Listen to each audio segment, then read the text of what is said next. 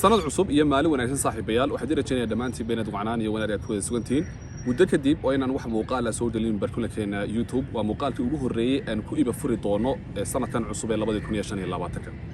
طبعا muuqaalkeenan wuxuu noqon doonaa muuqaal aan ku wada sheekaysan doono isla markaana qaab yani furan aynu ugu wada sheekaysan doono inagoo ka sheekaysan doona sanadkii tagay ee 2024 iyo sanadkan cusub ee aynu galnay ee 2025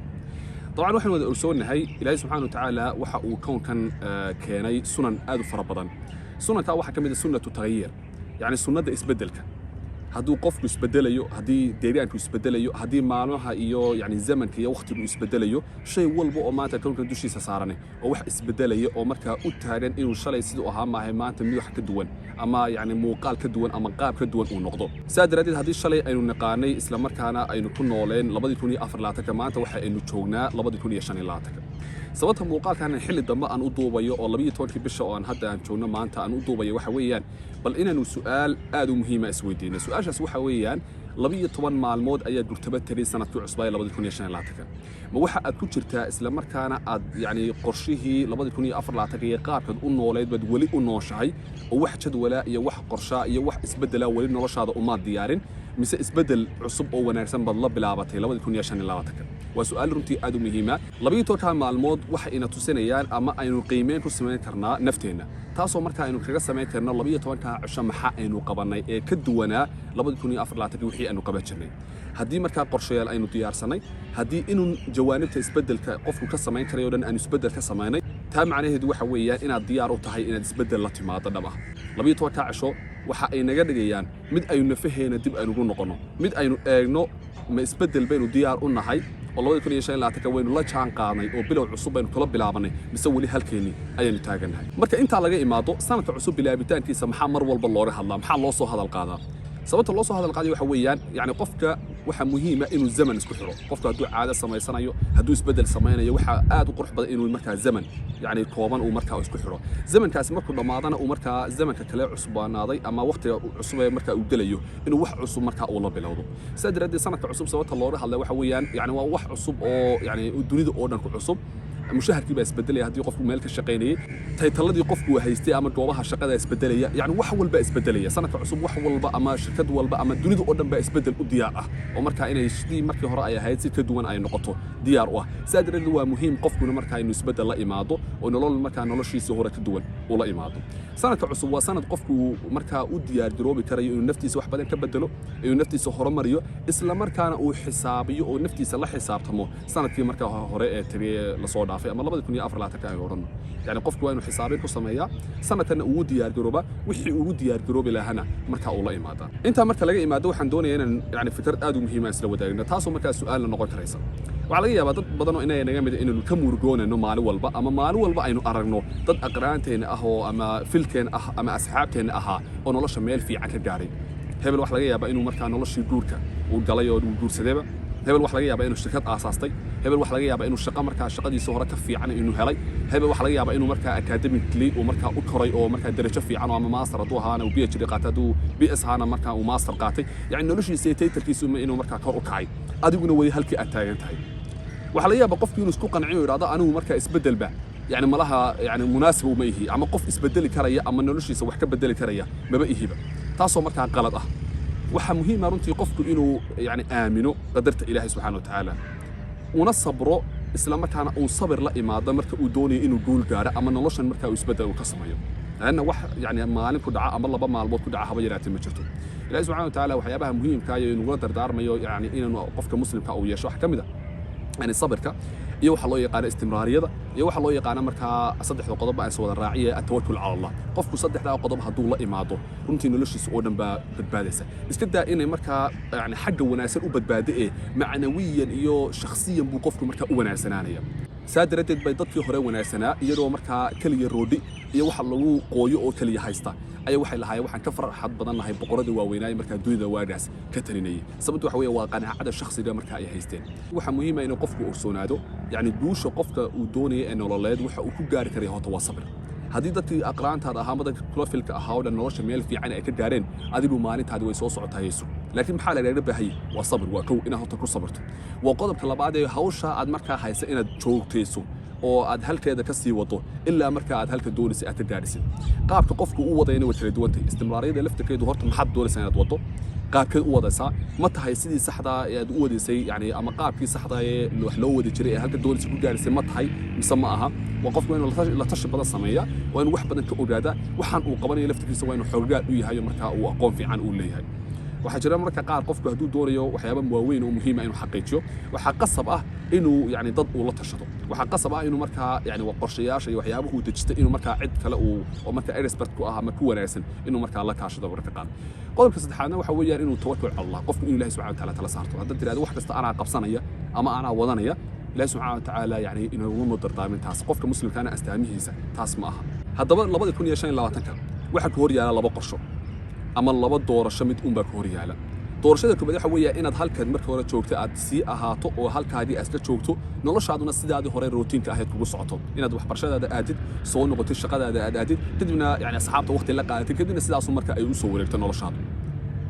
dhammaantiinba marka aynu leenahay yani inaanu qodobka ka fikirno qodob runtii aad u muhiim qodobka labaad ama doorashada labaad waxa weeyaan inaad marka isbedel dhab ah la timaado oo ku fikirto sidii 2024 aad u nooleed sidee si ka duwan aad ugu noolaan kartaa sidee jawaanibta nolosha ee muhiimka oo dhan aad isaga bedeli doontaa inagoo soo qaadan doona 5 jaanib oo muhiim ay tahay qofku inuu marka iska bedelo isla markaana qorshayaal iyo ahdaaf aad u wanaagsan uu ka yeesho labada doorasho mid un baa ka hor yaala imma inaad xagga guusha u dhaqaadid iyo xagga isbedelka oo markaa shaqo iyo orod aad la timaado iyo imma inaad xaggaagi aad sii joogto ilaahay subhanahu wa ta'ala quraankiisa wuxuu ku yiri wa an laysa lil insani illa ma sa'a yani qofka uu insaanka waxa uu leeyahay kaliya waa wixii markaa uu u dadaalo ama uu u saciyay ama uu ordo kaliya ayuu leeyahay wax kale haba yaraatee ma laha si aynu isbedel u sameeyno isla markaana shakhsiyan nafaheena markaa isbedel aan ugu sameeyno waxa ay yiraahdaan qofku hadii boqolkiiba hal naftiisa uu markaa horumariyo ama isla markaana uu ku dadaalo si naftiisa u horumari lahaa isbedel uu sameyn lahaa waxa uu sanadku markii uu dhamaaday uu soo baxaa isagoo sidii hore ka fiican 700 jeer isagoo sidii hore ka fiican ayuu soo baxaa taasina runtii waa wax aad u muhiim ah oo u baahan inaynu markaa aynu maskaxda ugu hayno yani kaliya 1% kaliya naftaada haddaad horumariso sanadkii aad ku dadaashay inaad 1% kaliya noloshaada aad horumariso macluumaad yar oo kaliya aad urursato 700 jeer yani sidaadii hore adoo ka fiican ayaa soo baxaysa taana waxa lagu gaadhaa waxa weeyaan kaliya al-istimraariya joogtayn consistency يعني قفك وحي وهي مركا إنه شوكتيو ومركا وشقدي ومركا صيحي إلهي سبحانه وتعالى عملك ووجعلك بدي هي أما ووجعلي وحويان وعملك للشوكتية مركلية أنا لقبا يعني واحد من مركلية القوات كتبت واحد في عن وحي مركا أتشوكتي هبجر هذا وحاسي إن عملك أتشوكتي صوم مع الولبة ودي جار إيو قريب كمان النورش هذا وهذا هذا بالله بدو قضايا aad ku muhiimka wax weeyaan markasta oo yani isbedelka iyo halka doonaysa nolosha inaad gaadho iyo guulaha doonaysa inaad xaqiijiso ay ka soo daahdo ma aha macnaheedu inaad markaa adigu guul dareysatay ma aha macnaheedu inaad maalintaadii iyo noloshaadii ay noqon weyday oo adigu aanad xaq u lahayn laakiin kaliya waxa laga rabay sabr ayaa laga rabay qodobka labaad waxa weeyaan yani inuu qofku markaa sacyigiisa uu labilaabo ama istimraariyo uu sameeyo markaa uu aad uu saciyo wixii markaa uu qaban karayna uu qabto insha Allah Ilaahay subhanahu wa ta'ala waa ku beegi doona maalin qurux badan oo markaa waxa doonaysa xaqiijiso inta marka laga yimaado waxaan doonayaa qodob aad u muhiim ah in isla wadaagno haddii aynu doonayno isbedel inaynu sameeyno sanadkii cusbaana waa kan soo gala isla markaana yani qayb kamidaba ay tagtay bishii yani koobaad aba kala bar ku dhaweey maxaa loo baahay in isbedel ka sameeyno shan dhinac waa in isbedel ka sameeysaa shan dhinac waa in isbedel aad u weyn aad ka sameeysaa haddii aad doonayso markaa inaad natiijo fiican isku aragto marka sanadka dhamaado ka koobaad waxa weeyaan aljaanib ad-diini dhinaca diintaada waa inaad xor fiican aad ka yeelataa hadda diintu marka hore yani qayb yaroo kooban aad ka taqaanay maanta laba laab qofku waxa adduunka aanu joogno waxa weeyaan waa yani inuu aakhirad liibaana soma aakhir qofku wuxuu ku liibaanaya waa inuu markaa camal wanaagsan iyo nolol fiican oo qurux badan ku noolaa taasoo markaa ah yani inuu acmaashiisa diiniga oo si fiican u qabtay diintuna waa diinta islaamka ah weeyaan soma يعني PhD سكس أو سود هذا الدين تاد أنا دوح بقى أقول الله هين يعني ده نرش روس عميس قف مركز تو دين تي سو أقول وليه هاي ومركز إلهي سبحانه وتعالى أقوم في عنه وليه تاسع حقيقة سأدري دوح مهمة إن أقوم الدين تقول لنا أنه مركز حوجنا يعني دين تقريبا بدنا تردون على جبر كريم مجالات تردون بأي اللي هاي دينته لكن هو مهمة سجود إن ترتو حن أكبرته لين عدو تكبر وأنا دوحون عدين تاد كبرتها القرآن كهذه مركز أنا ضمين أو القرآن يعني حافظ نقط هذه الدين يعني الفقه الصالحان وثلاثة دون زينة برو يعني مثلنا قابل سهلا ولقوا برتاجرة أو أونلاين طلع على برتا يعني ولنا صومالي يعني أما علماء صومالية على دكتور سيد دكتور خضر وكله مركها يعني ولا برن كريا يعني بقاب يعني أونلاين بركو بركة لكن سيد جود بن أول حليا إن ديتيل ومسيد اللي كريو وحأنو دوننا إنه قفكم مركها ودين تسوي بدن وقعدوا أقوم في عنه وياشو جانبka labaad ee loo baahay qofku marka inuu aqoon fiican u yeesho ama uu iska kobciyo waxa weeyaan waa aljaanib alcilmi xagga aqoonta waa inuu qofku marka uu siyaasada wax fiicanna marka uu ka bartaa haddii marka hore primary aad tahay secondary aad gaadhina yani jaamacad sii gaadh jaamacadda leefalada kala duwan markaa sii gaadh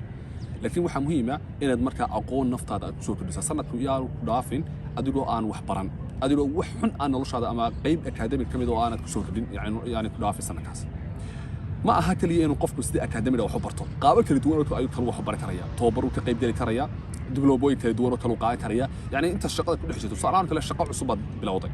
shaqadii cusubeed aad bilowday wax la yaaba qaybo waxa ku soo baxday aanad aqoon fiican aanad lahayn dibloom yar ka qaado online ku qaadaba يعني واحد جرين تاسو maanta website kala duwan ayaa jiro qofku markaas online wax ka baran karayo dibloom fiican qaado يعني sanadkii waxa qaadatay intaasoo dibloom ma qaatay waa aqoon aan noloshaada ku soo kordhisay weeyaan wax aanad hore u aqoon oo noloshaada qayb ka mid ah noqday weeyaan sidaas waa muhiim in xagga aqoontana aynu iska siyaadino oo aynu leenahay marka qorshe sanadle ah oo marka aqoonteena iyo cilmiga aynu leenahay aynu ku siyaadino jaanibka saddexaad soo qaadana waxa weeyaan aljaanib almaadi xagga dhaqaalaha qofku waa inuu marka uu wax fiican isaga taro haddii markii hore shaqo yar oo kooban aad ka shaqayn jirtay waan isku daydaa shaqo ka wanaagsan inaad hesho haddii shaqo fiican aad ka shaqayn jirtay waan isku daydaa inaad business ama ganacsi aad aasasatid waxa muhiim ah inuu qofku marka xaggiisa dhaqaale ama jeebkiisa waa inuu wax badan ku siyaadiyaa waa inuu si kasta oo marka uu lacag ku tabacan karayo oo marka wanaagsan oo marka sidii sharciga ahaydna waa inuu marka uu ku helaa yani qofku si kasta oo marka jeebkiisa uu kordhin karayo ama uu siyaadi karayo dhaqaalihiisa uu kobcisan karayo waa inuu marka uu sameeyaa oo qodob aad runtii u muhiima yani shaqada halka joogtay oo kale waa inaad ka siyaadisaa haddii qaab hal meel aad ka shaqayn jirto oo laba meelood awoodi karto waa laba meelood ka shaqaysaa yani si kastoo u siyaadin karto waa marka aad u siyaadisaa waa muhiim in jeebkaada uu siyaado markaas uu jeebku ku wanaagsanaado oo markaas waxyaabo fara badan oo wanaagsan oo qaban kar lahayd aad qaban kartid marka dhinaca afraad ee soo qaadanaya waxa weeyaan aljaanib as-sihhi xagga marka caafimaadkaaga waa inaad marka ku dadaashaan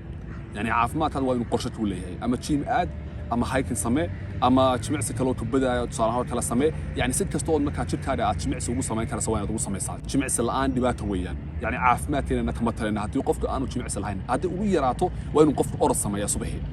يعني إنه أرد سميه كدبنا مركا جمعسي رفوض ومركا بوش أبو حيابه الله ميدا قف إنه سميه رج يضمر روح حيابه كل الدول ومركا على سمين ترى جمعسي أي أشرة قار بقول لو سمين ترى هم وورك أوضة أو صار ترى أنت أبليكيشن قف مسودة تستوى وهالك استعمال ترى يعني إنه مركا جوب عادي أنتوا هذا وكسوة جمعسي طبعا يعني أما كبر عياره قفكم أما باسكت بول عياره يعني وقت يرى طبعا هايكن هسميه صار ترى كبر عياره وحيابه الله متاه مركا قفكم وقصب إنه مركا جبتيسه كنت داله عافماتيسه كنت داله مركا لقى إمادو سبورت أما جمعسي لقى إمادو قفكم قابل ومركا هيشتري عافماتيسه صح كم ده إن مركا هرديسه وناتشيو صدح قيبات بين هذا أما صدح مجال كلا دوم بلاقي حوشيا مركا قفك عافماتيسه وهرديسه صح أنت جمعسي oo qofka uu yeesho iyo qodobka saddexaad oo markaa ah inuu qofku cuntadiisa hagaajiyo cuntadaada haday hagaajisid isla markaana hurdada hagaajisid sidoo kale marka aad hagaajisid yani sportiga iyo jimicsiga caafimaadka waa wanaagsananaya waxa noqonaysaa qof fit ah oo markaa waxyaabo far badan maalintiisa qaban karaya qodobka u dambeeya soo gabagabeynaya waxa weeyaan aljaanib alijtimaaci xagga bulshada waa inaad wax fiican asaga qabataa maxaan ka wada xagga bulshada yani bulsho badan waa inaad kasbataa dad far badan waa inaad barataa connection fiican waa inaad samaysaa يعني qofku waa muhiim inuu network sameeyo markasta oo marka networking kaari bulshada aad taqaanto ay marka ay badato waa markasta oo fursadahaaduna ay badanayaan saadareed waa muhiim in marka connection keena iyo dadka aynu naqaana aynu badino dad marka tayo leh oo wanaagsan oo marka qiimo leh يعني bulshada meel fiican kaga jira wax nagu soo kordhin karaya fursada aynu ka heli karno waa inaan baranaa taas runtii aad u muhiim ah markasta oo marka dadka noocaas aynu barano waa markasta oo fursadaheena nololeedna marka ay wanaagsananayaan oo marka jaanisa fiican aynu ka helano intaas oo qofka jira maanta oo shaqooyinka haystaan oo dhan kaliya ku helay connection marka ay marka hore cilad lahaayeen oo waligood ba CV aan meel geysan marka connectionada iyo networkinga dadka wanaagsan ee qiimaha leh aynu aad u badsano oo marka qayb ka mid ah nolosheena ka dhigno aanu soo gabagabeynaya marna yeynaan ka caajisin in nafteena aan horumarno marna yeynaan dib isku dhigan oo sidii shalay aanu nooleen yeynaan barina aynu noolaan لأن إله سبحانه وتعالى وحوري لعل الله يحدث بعد ذلك أمرا يعني إله سبحانه وتعالى والله يا بركة مالين حاول يدي بعتك وهيسته إنه مكان متكون أحسن ومرتا أو كوكانو السلام عليكم